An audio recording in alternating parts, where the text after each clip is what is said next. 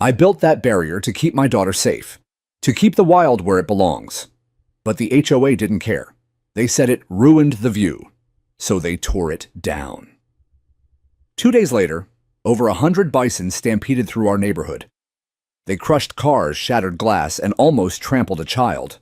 And then, they blamed me. But what they didn't know, I'm a former wildlife officer, and I know the law better than they do. This is the true story of the stampede that justice chased back, and the HOA that never saw it coming. The first time I saw the bison herd was during a blizzard. Not the kind of flurry folks in the suburbs complain about. This was the sort where you can't see your own hands, where the sky disappears into the ground, and the wind doesn't just howl, it screams. I was still in uniform back then, stationed near the Rockies, on a wildlife defense assignment with a joint task force monitoring migration paths through federally protected land. Most people don't realize bison don't migrate randomly. They follow ancient routes, centuries old, etched into their instincts like invisible highways. I remember watching a lead cow break through snow that came up to her chest. Her breath clouding in massive puffs, eyes fixed on some horizon. Only she could see, while calves shoved along behind her barely visible in the whiteout. That kind of raw strength lodged itself in my bones and never left. So when I moved to Ridgeview Crossing, this glossy HOA-controlled community pressed right up against a prairie preserve, I knew exactly what I was walking into. The lots here were generous, especially mine. It sat at the very edge of the development, where the last cul-de-sac ends and the wild begins. From my back porch, you could watch tall grass sway in the wind, hiding mule deer, wild turkey foxes. And if you looked just right at dusk, the dark moving silhouettes of bison far out on the preserve. Most neighbors had no idea what they were seeing. One guy once told me he thought they were somebody's escaped cattle. I knew better. I had studied them, lived near them, protected them. I also knew how dangerous they could be when startled or cornered, especially during rut or when calves were present. So I did what any responsible father would do. I built a barrier. Not a fence the HOA would have lost their minds over chain link or anything they considered unaesthetic. I designed something else, a living barrier. Rows of dense, regionally native brush planted in a tight, deliberate arc along the rear quarter of my lot. Beneath the brush, I sank discrete wooden stakes, no taller than 18 inches, meant to discourage anything weighing 1,000 pounds from casually strolling into the backyard. I even consulted a retired USDA wildlife specialist. Every inch of it was legal permitted and in harmony with the land.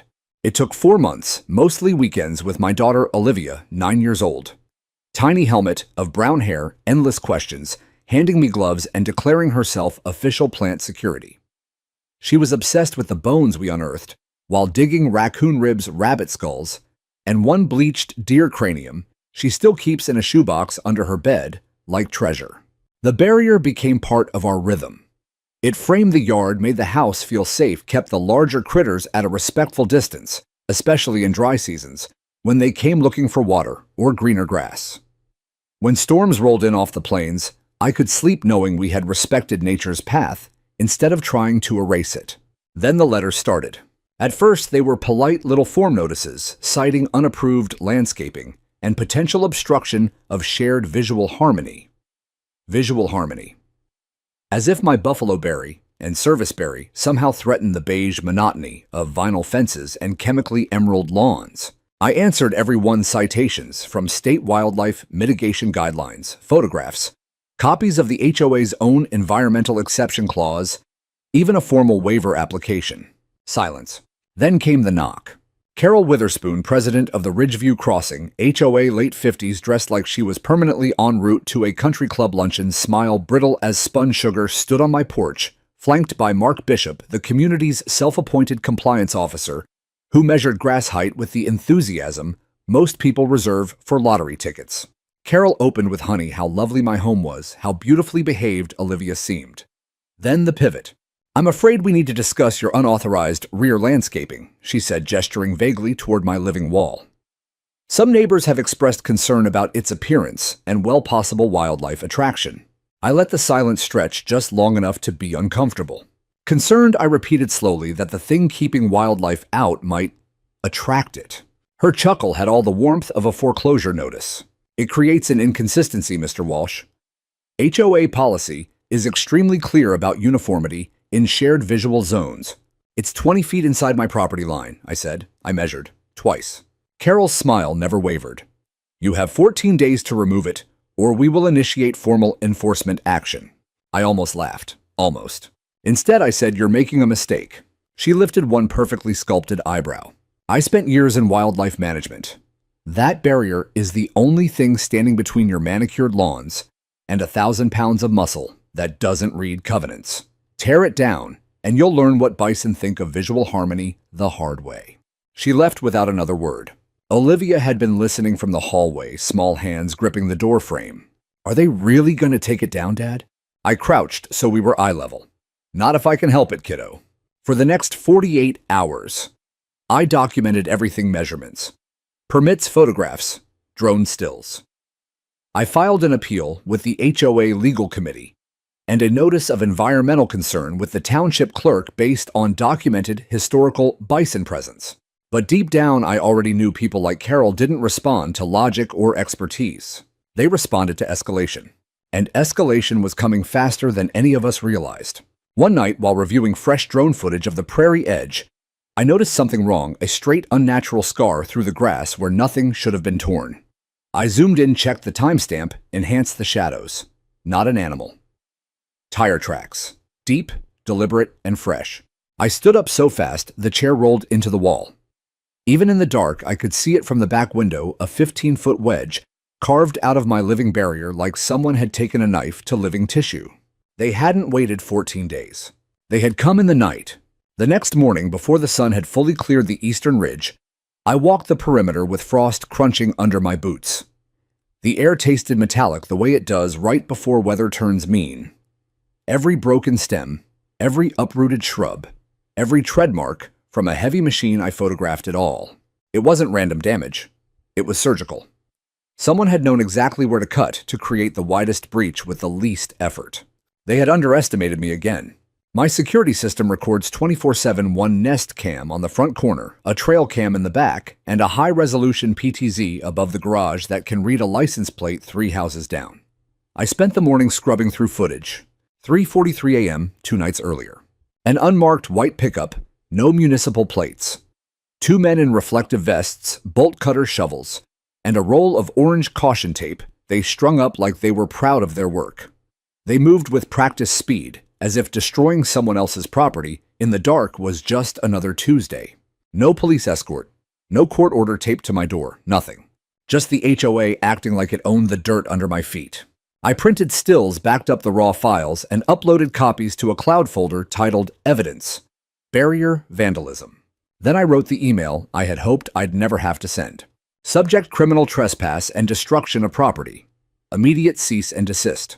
Carol, last night individuals acting under HOA authority entered my property without permission and destroyed a portion of my legally constructed wildlife mitigation barrier. I have 4K video with clear faces, timestamps, and the vehicle license plate.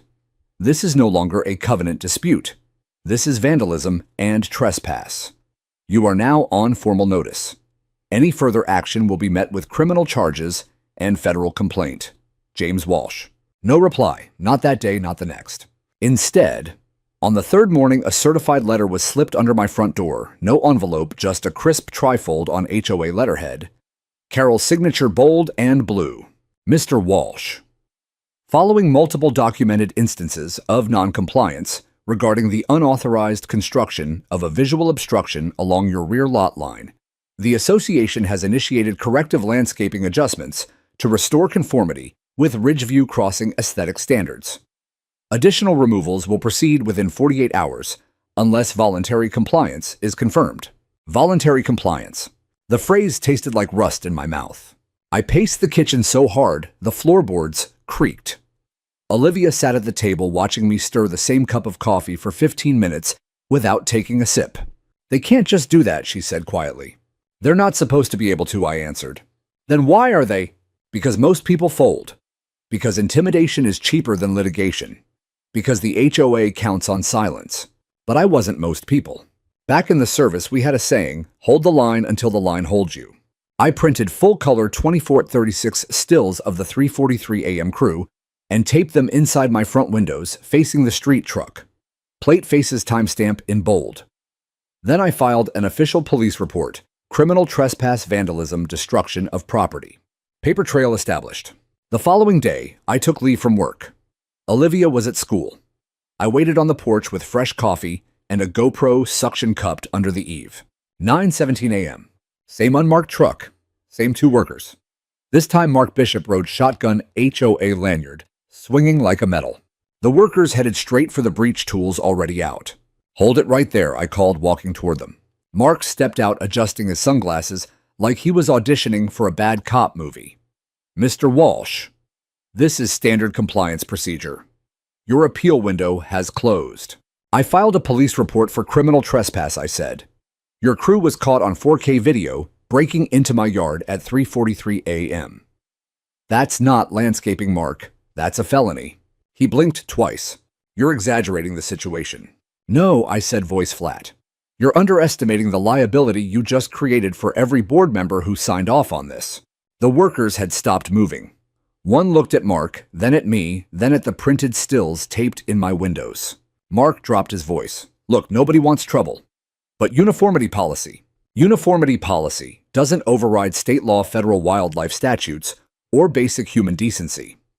The prairie behind my lot is a designated bison migration corridor under the Prairie Species Management Act.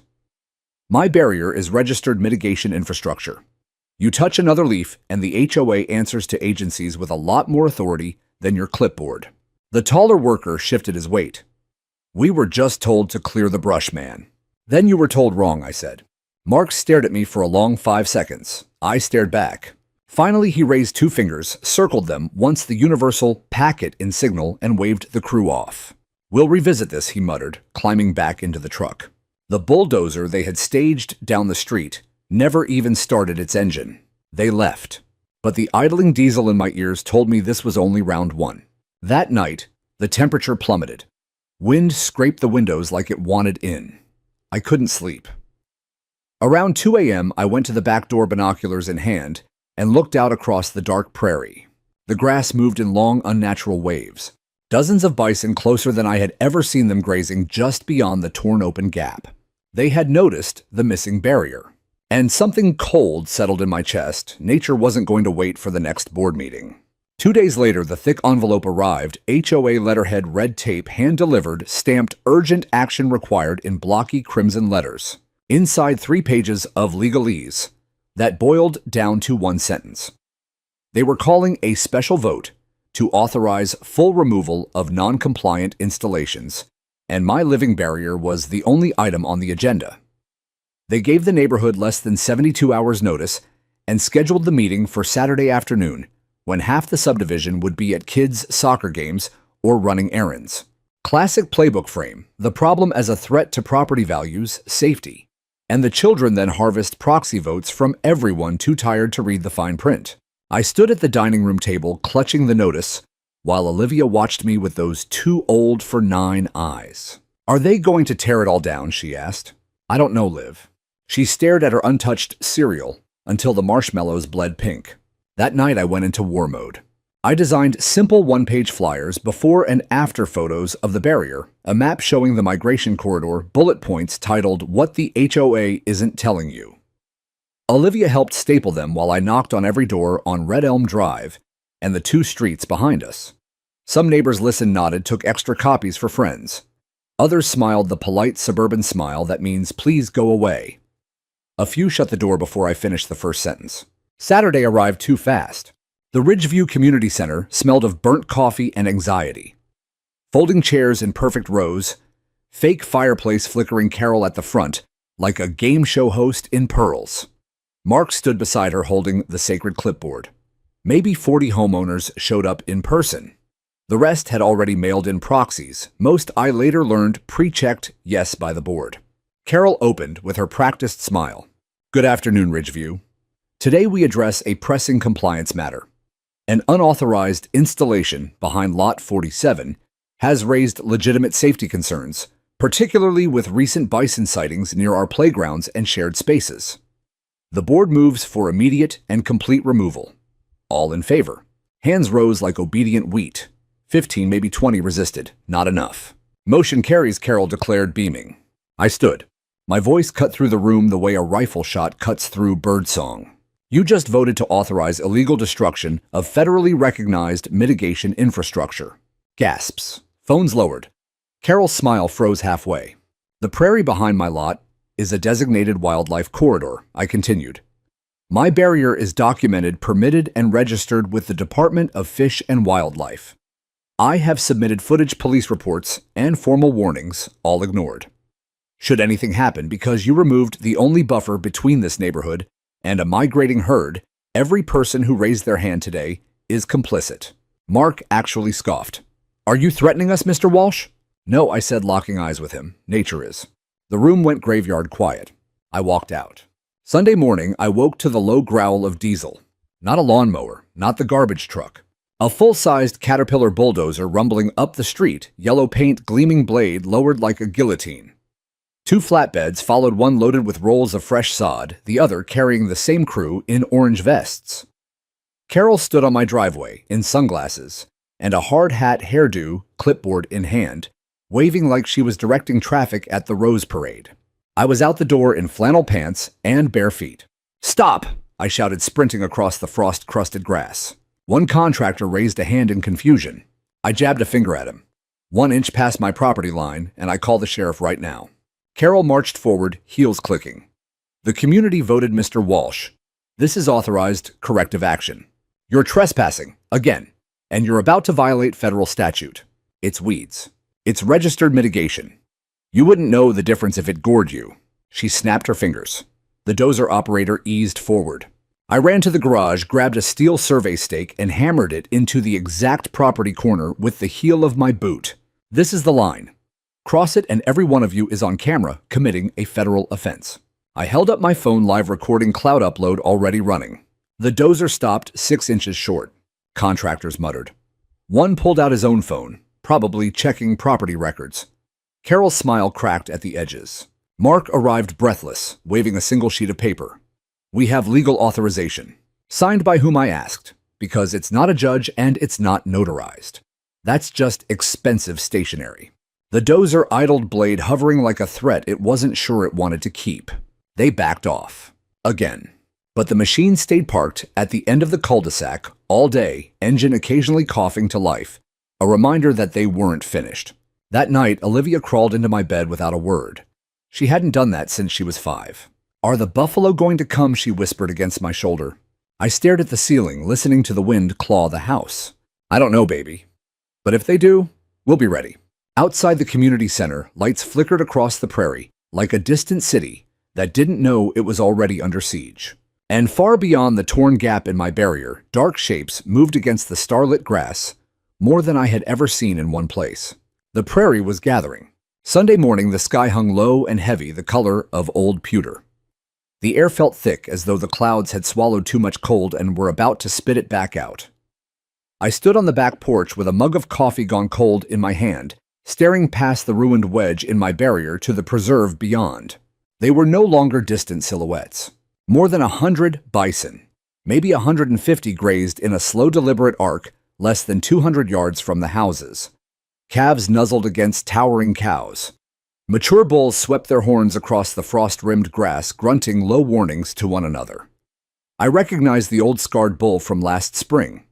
He stood on a slight rise, staring straight at the neighborhood as if measuring the distance.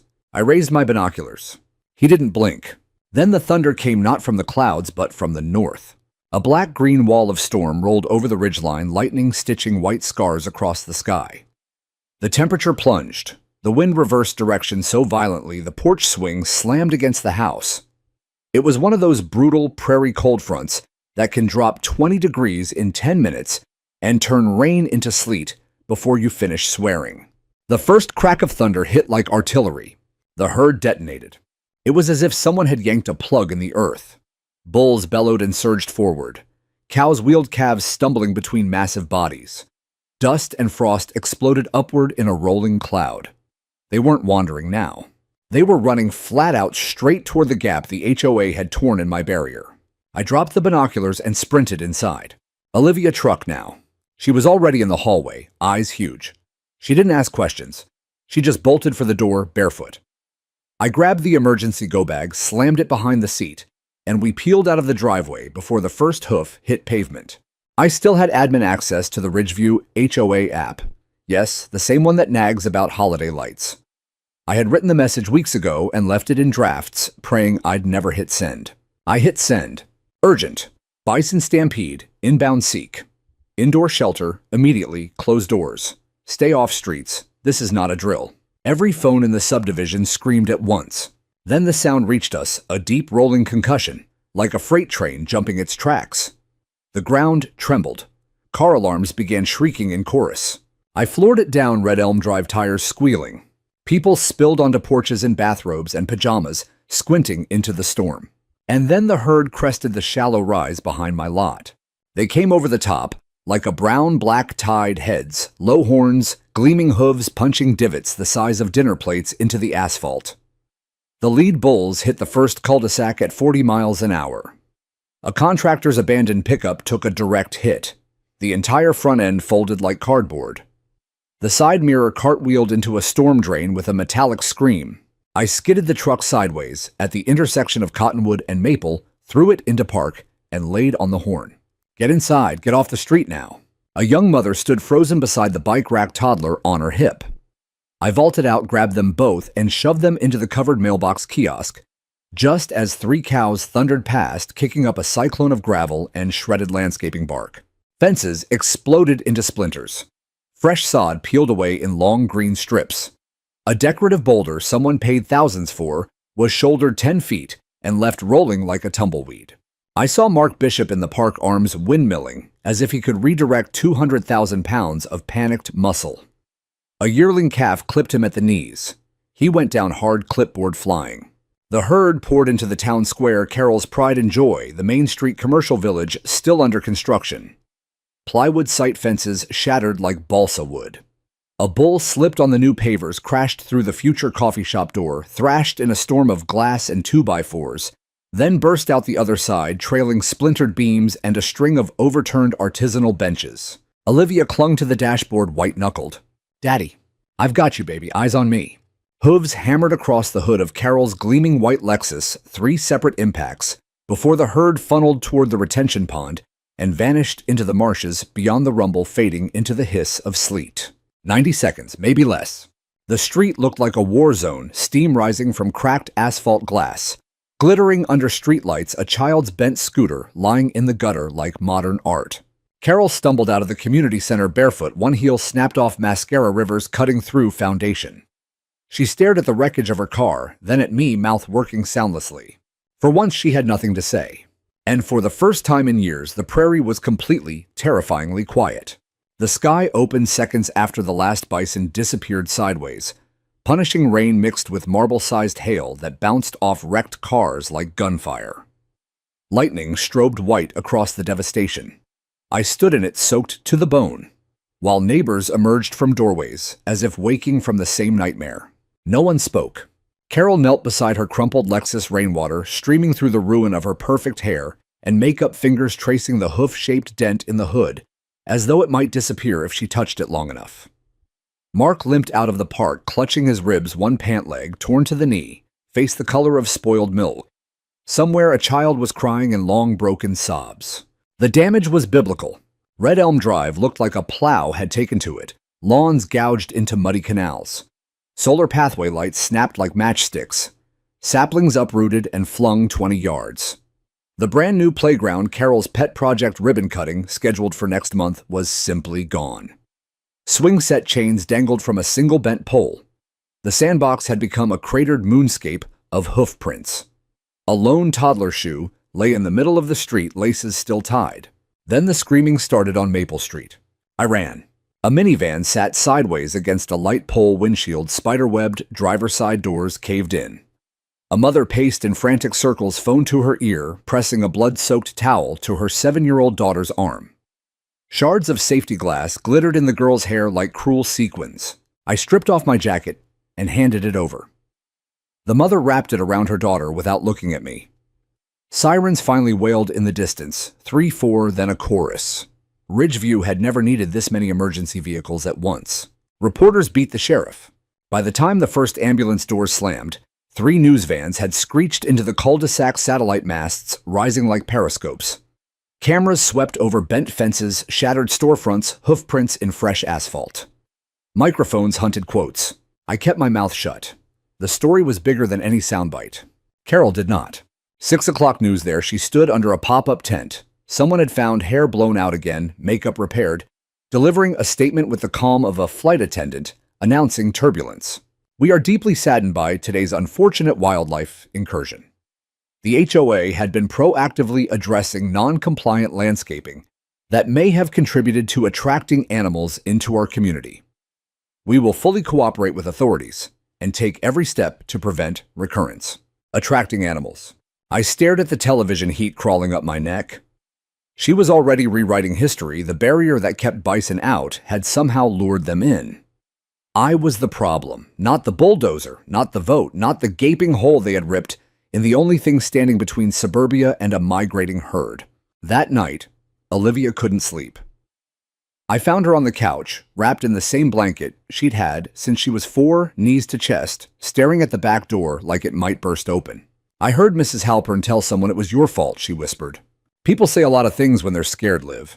She turned her face into my shoulder. Is it true?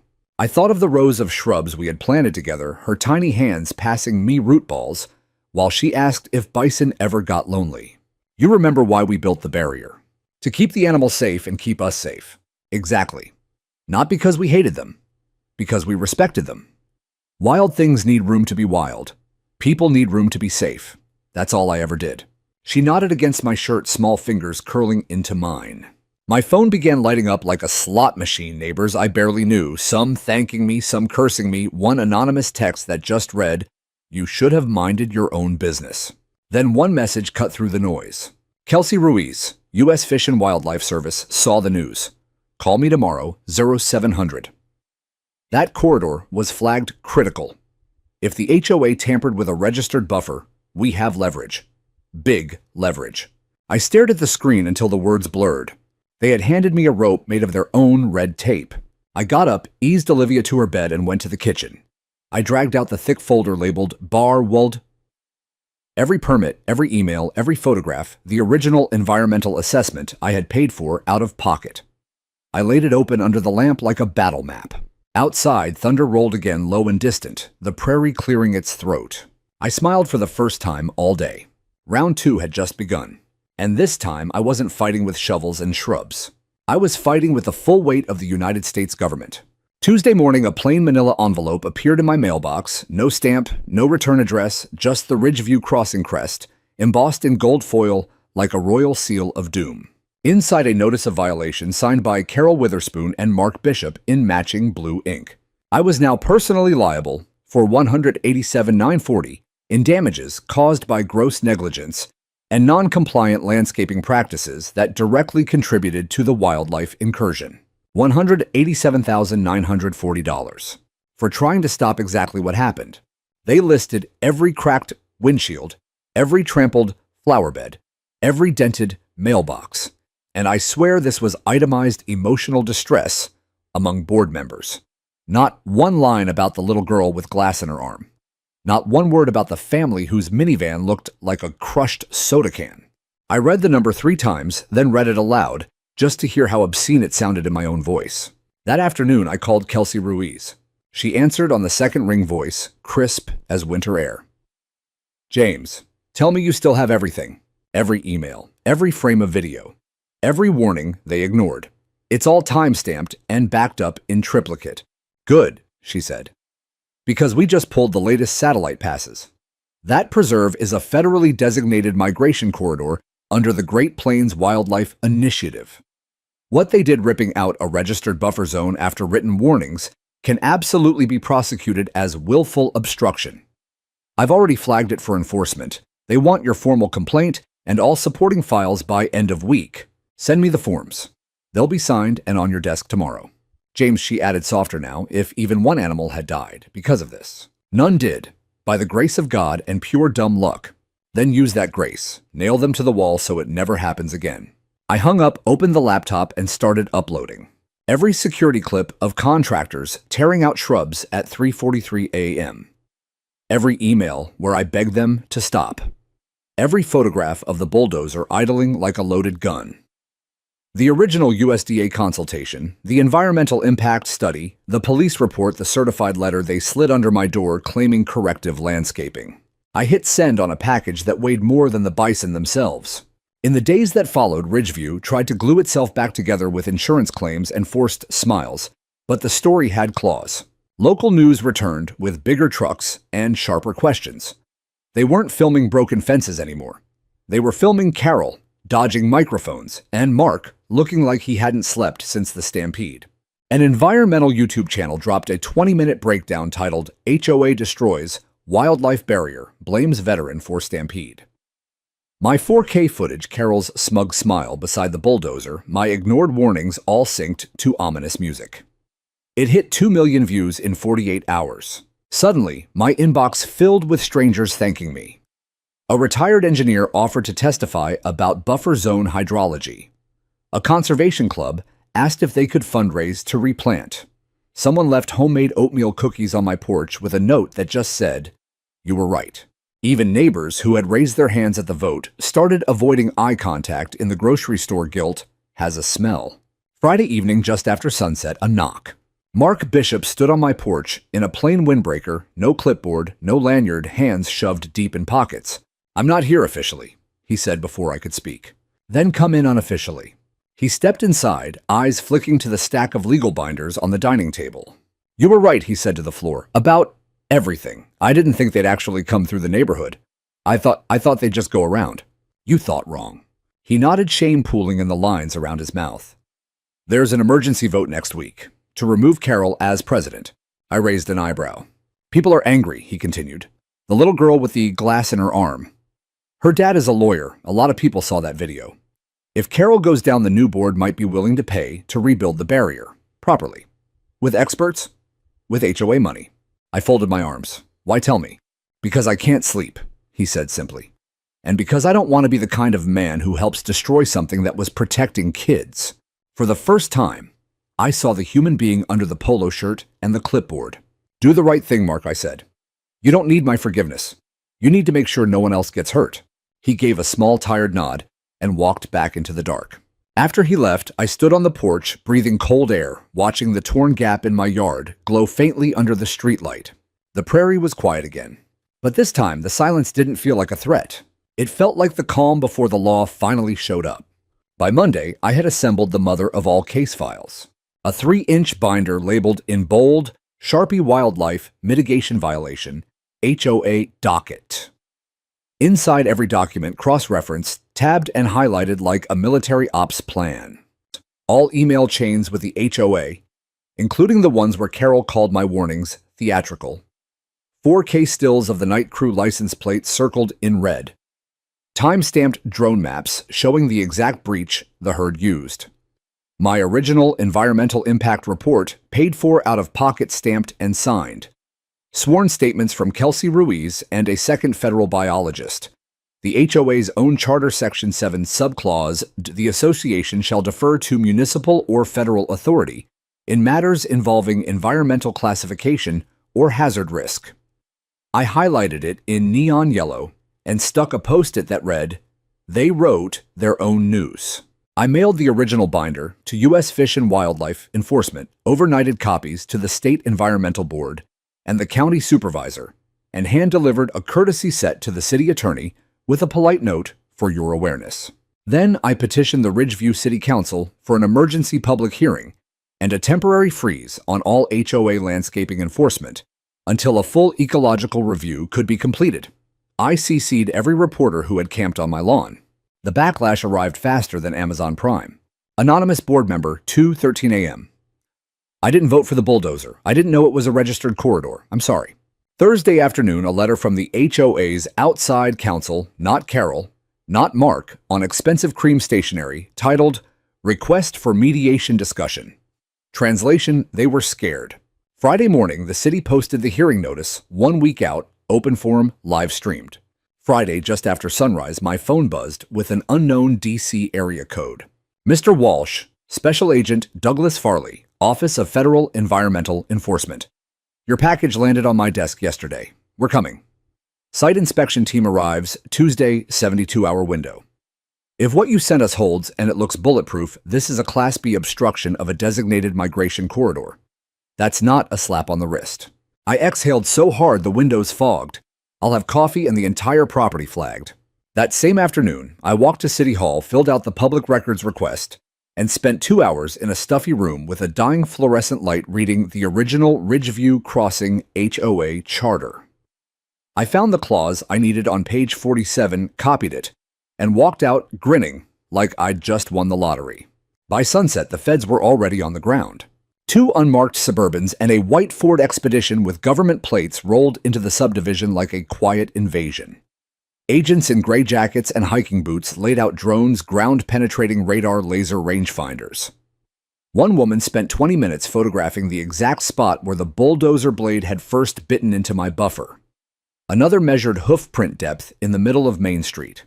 They interviewed me for 90 minutes on my back porch while Olivia fed hummingbirds and pretended not to eavesdrop.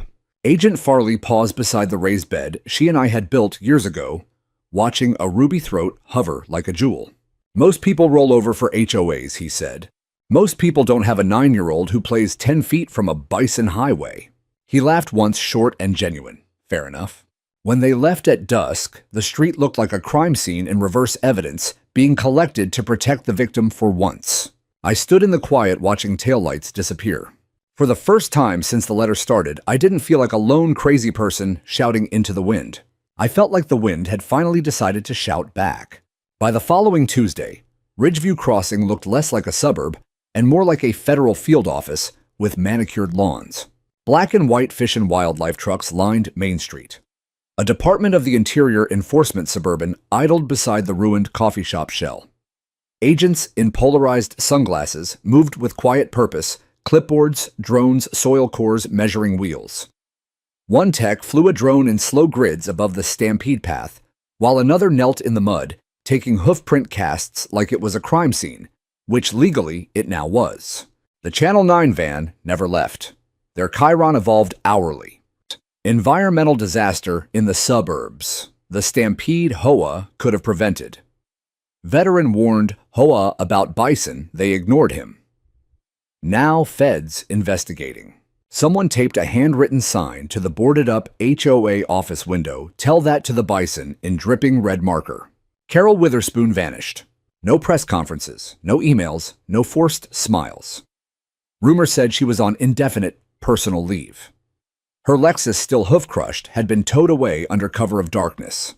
The viral clip of her standing beside the idling bulldozer giving a thumbs up hit 5 million views. The comments were a wildfire. Mark Bishop, however, stayed.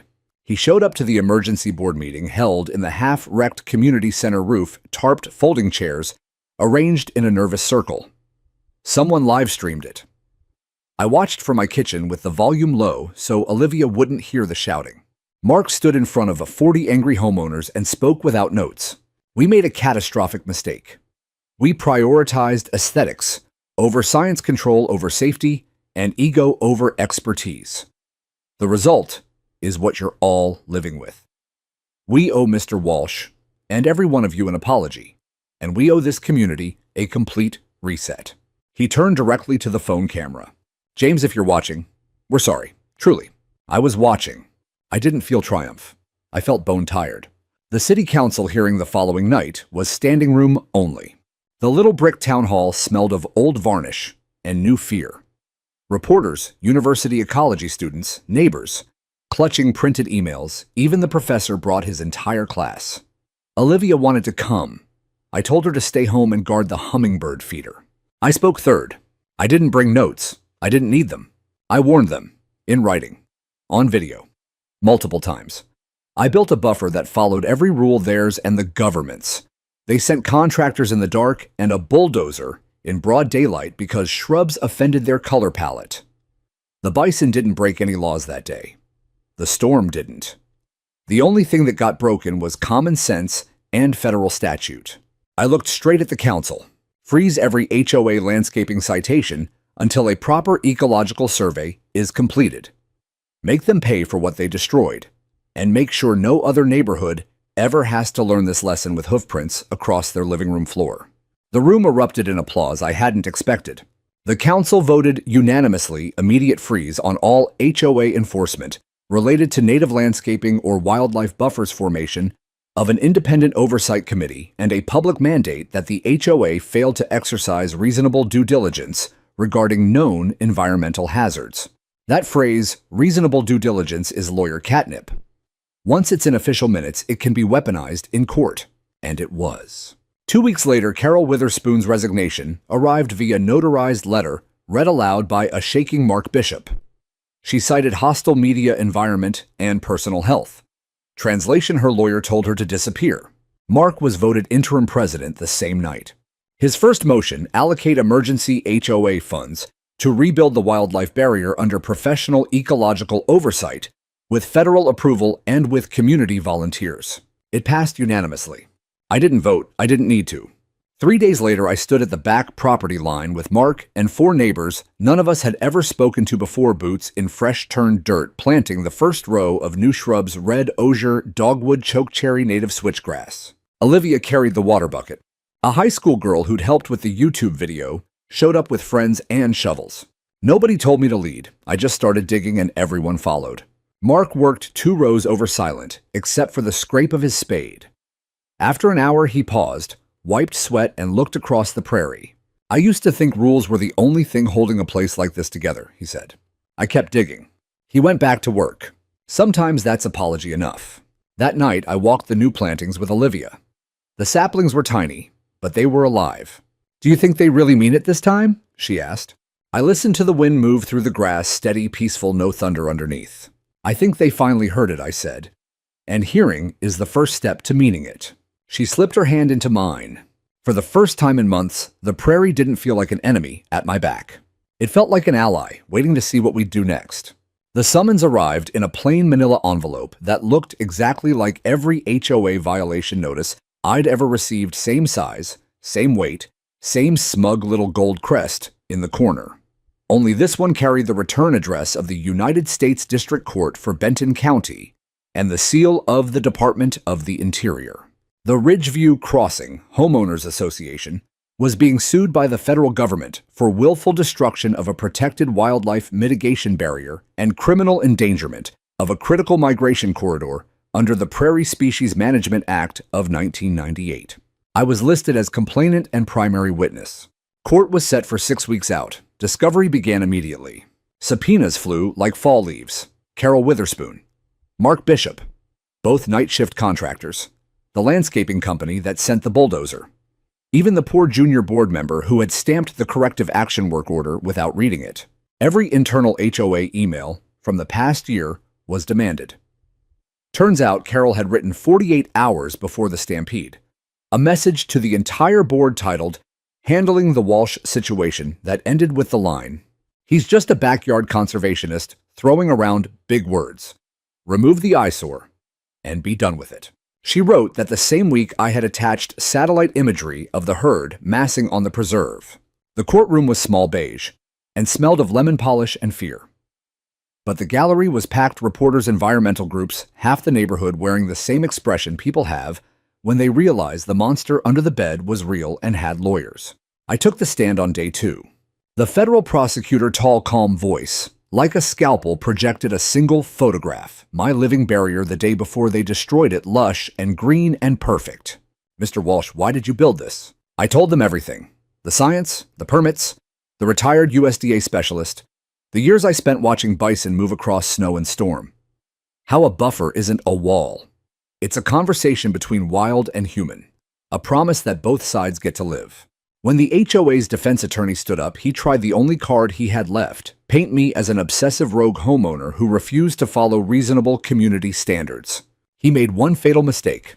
"Mr. Walsh, do you believe you are more qualified than an elected HOA board to determine what is safe for an entire neighborhood?" I leaned into the microphone. I don't need to be more qualified than a board to know that a 1,000-pound animal with horns doesn't give a damn about your approved paint swatches. I just needed them to listen when I told them in writing 6 separate times exactly what would happen if they tore that buffer down. They chose not to. Nature didn't give them a 7th chance. The jury didn't blink once. The rest of the week was a slow-motion car crash, in reverse every piece of evidence sliding neatly into place. Security footage of contractors at 3:43 a.m. Carol's backyard conservationist email projected 20 feet wide. Kelsey Ruiz on the stand explaining that the corridor behind my house is one of only 4 intact bison migration routes left on the Great Plains. The father of the little girl with glass in her arm, crying while he described watching a bull's shoulder hit his minivan at 40 miles an hour. On the final day, the judge, gray hair, zero patience, deep respect for statute, delivered his ruling from the bench like a sermon. This court finds that the Ridgeview Crossing HOA acted with gross negligence, deliberate indifference, and a staggering arrogance toward both federal law and basic community safety. You were warned repeatedly, clearly, and in writing by a recognized expert. You chose aesthetics over evidence, control over caution, and ego over every child who played on those lawns. You will now pay the price for that choice. He ordered $188,000 in fines and restitution paid to the Department of the Interior, full funding under federal oversight for reconstruction and 5-year maintenance of the wildlife corridor buffer, reimbursement of all verified property damage, and medical expenses from the Stampede. Mandatory environmental training for every future HOA board member in the state of Colorado. And almost as an afterthought that silenced the room, a formal written public apology to Mr. James Walsh to be read aloud by the current HOA president at the next scheduled community meeting and permanently posted on every Ridgeview Crossing platform, newsletter, website, bulletin boards, and app. He looked straight at me when he said it. 2 weeks later, the community center smelled of fresh paint and nervous hope. The room was full again, but the mood was different. No pitchforks, just folded hands and lowered eyes. Mark Bishop, now permanent president, stood at the podium in a plain blue shirt, no lanyard, no clipboard. He unfolded a single sheet of heavy HOA letterhead and read in a voice that only shook once. On behalf of the Ridgeview Crossing Homeowners Association, we issue the following public apology. To Mr. James Walsh, we acknowledge that your wildlife mitigation barrier was lawful, necessary, and directly responsible for years of safety in this community. We acknowledge that our actions driven by vanity and a refusal to heed expert guidance caused the stampede that injured children, destroyed property, and terrified families. We regret every warning we ignored, every appeal we dismissed, and every threat we issued. You tried to protect us when we refused to protect ourselves. You deserved better. Ridgeview deserved better. We will spend the rest of our tenure making sure no neighbor ever has to fight alone again. Signed the Board of Directors, Ridgeview Crossing HOA. He set the paper down. Silence, thick, heavy reel. Then Mrs. Halpern, the same woman who once called my shrubs vermin magnets, stood up slowly and started clapping. One by one, the room followed until the sound filled every corner. I stayed in the back, arms, crossed eyes, stinging just a little. Olivia reached up and took my hand. For the first time in a very long year, the applause wasn't for winning. It was for surviving. Spring arrived late that year, as if the land itself needed time to forgive. The scars never vanished completely. If you walk Red Elm Drive at the right angle, you can still see faint troughs where hooves dug in places where new sod sits a shade greener than the old. But where destruction once owned the ground, something gentler took root. The new buffer belongs to all of us now. Court-ordered, federally supervised, and most surprising of all, community-built. A certified conservation landscaper drew the plans, but the hands that planted were neighbors, the same ones who once signed proxies against me. They came on Saturdays with shovels, coffee, and kids in wagons. The Department of Fish and Wildlife sent interns. The high school ecology club claimed every weekend shift. Even the little girl who'd been cut by glass showed up with her arm in a bright pink cast, solemnly watering dogwood starts with a plastic dinosaur cup. I directed traffic at first old habits, then stepped back and just dug beside everyone else. Mark Bishop was there every single Saturday, sleeves rolled high, face sunburned, quieter than I'd ever seen him. We didn't talk much. Words felt small next to the smell of a turned earth and the sound of roots sliding home. One afternoon, he paused, leaned on his shovel, and watched a red-winged blackbird land on a fresh steak. "I used to think the HOA was the backbone of this place," he said. I waited. He drove the shovel in again. Turns out the backbone was always the prairie. We just forgot how to bend. That was all. He went back to work. The real miracle came in the bylaws. Under Mark's leadership, and with federal teeth still hovering, the HOA rewrote entire sections. Native landscaping moved from discouraged to preferred. A new standing committee, environmental stewardship, was created with veto power over any project touching the corridor. Quarterly education nights became mandatory for board members and optional, but packed for residents. Kelsey Ruiz spoke at the first one. Olivia introduced her. My daughter stood at the same podium where Carol once rained glittery Bison stickers, still clinging to her old notebook. My dad didn't fight the rules, she told the room voice steady. He just knew when the rules forgot to protect what matters. The applause that followed belonged to her. Later that month, the HOA newsletter ran a full-page spread titled, "Meet the Herd Understanding Our Prairie Neighbors." Drone photos of the bison, taken from a respectful distance, filled the centerfold with a caption that read, "We share this land. Let's act like it." I still have that issue framed in the garage. One warm Saturday in June, Olivia and I hiked past the new barrier, now taller than her head, thick with chokecherry and bluestem, and out into the preserve. We didn't go far, just far enough for the houses to shrink behind waves of grass. She crouched suddenly and pointed. Tracks, she whispered, reverent. Fresh prints, 4-toed wide, deep, crossed the faint path we'd worn over the years. The herd had passed again, quiet this time, peaceful, using the corridor exactly as nature intended. "They learned," she said, tracing one print with a finger. I knelt beside her. So did we. We sat there until the sun dipped low and the sky turned the color of bison fur at dusk. Somewhere behind us, a screen door slammed, and children laughed, ordinary suburban sounds that no longer felt fragile. Real barriers, I realized, aren't built to divide. They're built to translate, to turn raw power into safe passage, to give wild instinct room to move without harm, to remind the ordered world that some lines are sacred. Hold a good line long enough, and eventually the line starts holding you. That night, I stood on the porch with fresh coffee and watched fireflies blink above the new growth. The barrier hummed with cricket song and the soft rustle of leaves finding their shape.